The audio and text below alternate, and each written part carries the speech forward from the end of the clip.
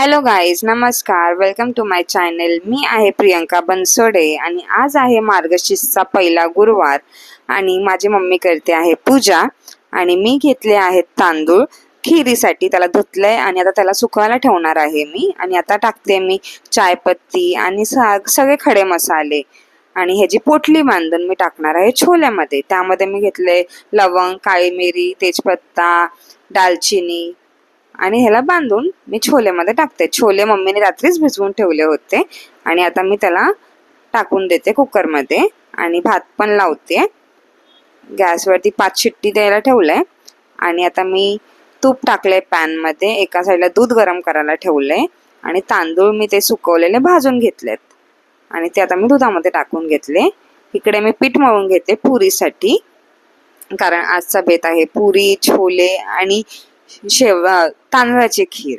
आता कांदा चिरून मी त्याची पेस्ट करून घेणार आहे छोले तडका द्यायला, म्हणून त्यामध्ये टाकले मी तेजपत्ता, जिरा आणि कांद्याची पेस्ट केलेली. आणि आता टमॅटोची प्युरी पण टाकणार आहे आणि लसूण अद्रकची पेस्ट, मीठ टाकलंय थोडंसं आणि मी खीर पण त्यामध्ये हलवते. आणि त्यामध्ये आता मी केसर पण टाकले.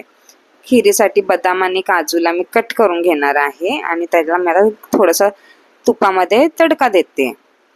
आणि अशा प्रकारे खीर रेडी झालेली. आता ह्यामध्ये मी सगळे मसाले टाकते. गरम मसाला, किचन किंग मसाला आणि सगळे मसाले टाकलेले आणि छोले मसाला पण टाकला होता. मीठ टाकले आणि छोले टाकलेत. आता ह्याला मी मस्तपैकी करून घेतलं आणि ते पाणी आहे जे आपण छोले शिजवताना केलं होतं आणि त्यामध्ये पनीरचे छोटे छोटे क्यूब्स टाकले.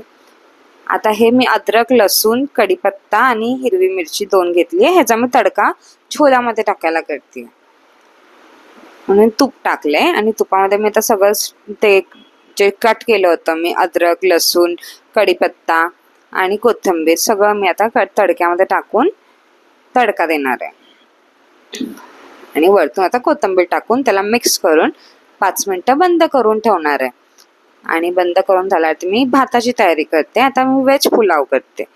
सो त्याच्यासाठी मी कांदा चिरून घेतला आणि सगळे जे व्हेजिटेबल्स माझ्या घरी होते, काकडी, फ्लावर आणि फरसबी, ती सगळी कट करून मी त्यात टाकले. आणि आता वाटाणा पण टाकलाय.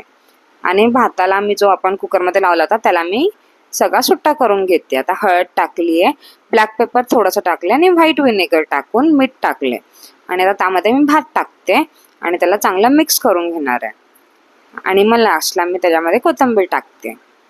अशा प्रकारे भात पण तयार झालाय. आणि आता मी पुरीसाठी पीठ घेतलंय आणि त्याला मी पुऱ्या बनवून फ्राय करून घेणार आहे. आणि अशा प्रकारे पुऱ्या मी फ्राय करायला टाकल्या.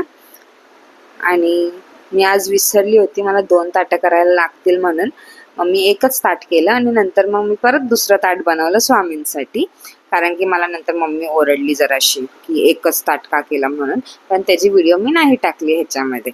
अशा प्रकारे माझी please like, share, subscribe and thank you for watching.